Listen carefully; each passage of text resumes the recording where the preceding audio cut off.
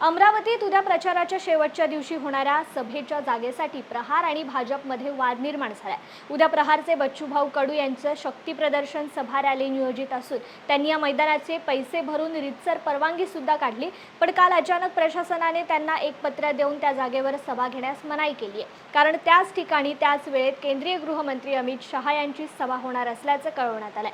मात्र बच्चू कडू यांनी पत्रकार परिषद घेऊन प्रशासनावर टीका केली आहे। वेळेवर असं पत्र देणे योग्य नसून मी त्याच ठिकाणी सभा घेणार, आमच्यावर प्रशासनाकडून दबाव टाकण्यात येत असून जबरदस्तीने आमच्या सभेची जागा हिसकावून घेतल्यास आम्ही प्रचार सोडून उपोषणाला बसू आणि त्यानंतर कायदा सुव्यवस्थेचा प्रश्न निर्माण झाल्यास त्याला प्रशासन जबाबदार असेल, असा इशारा आमदार बच्चू कडू यांनी प्रशासनाला दिला आहे। 24 तारखेला आमची सभा आणि रॅलीचं नियोजन आहे। आम्ही सभा घेऊन रॅली आम्ही काढणार आहोत आणि प्रहारच्या मागे किती शेतकरी शेतमजूर आहे हे आम्ही दाखवणार आहोत आणि त्याचं व्यवस्थित आमचा प्लॅन झाला आहे।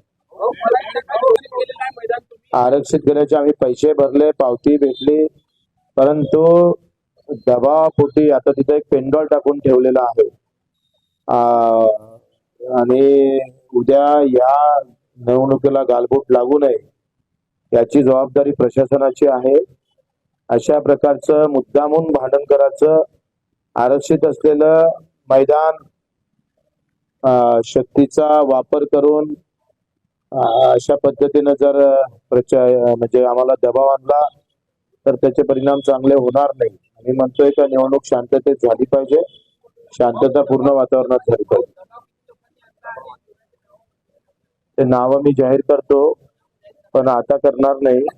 माझ्याजवळ सगळे प्रिंट येऊ द्या, सगळे टाईप त्यांनी काय बोललं काय नाही मोबाईल मधलं सगळं ते स्क्रिप्ट देतो ना तुम्हाला।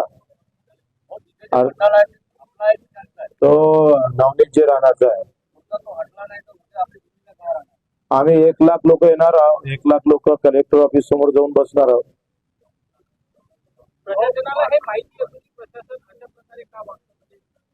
ते म्हणतात आम्हाला वरतून फोन आले।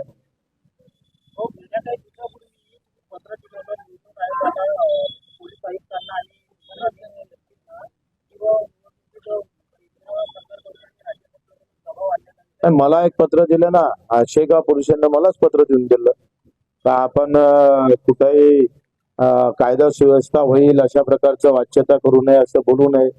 म्हणजे पोलीस यंत्रणा अशा पद्धतीने वागत असेल तर चुकीचंच आहे। मला पण नोटीस दिली, झाले 4 दिवस, 17/4 म्हणजे नोटीस द्यायचं काही कारणच नाही आहे। एसपी काय घबरावतोय मला माहित नाही, तो ठाणेदारनं तर मला डायरेक्ट नोटीस दिली। त्यांनी नोटीस मध्ये सत्ताधारी उमेदवार व विरोधी उमेदवारांच्या सभेत परवानग्या रद्द करणे, सभा उधळून लावणे, उमेदवाराची तथा कार्यकर्त्यांच्या गाड्या अडविणे। आपण कोणाची गाडी अडवली नाही, मलाच नोटीस दिली।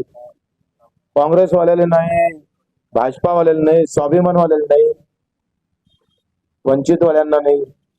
म्हणजे मुद्दामून कसं टार्गेट केलं जातं, नोटीस देऊन आम्हाला भयभीत करण्याचा जो प्रकार प्रशासनाच्या माध्यमातून होत आहे, तर मला वाटतं ही प्रचंड लोकशाहीचं पतन होत आहे।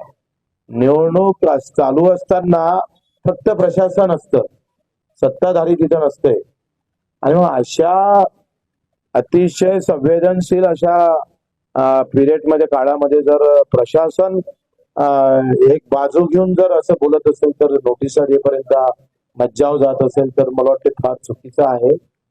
अशा पद्धतीने जाऊ नये।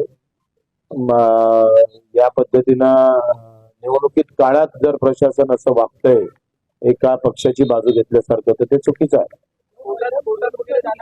हे कोर्टात गेलेलं आहोत।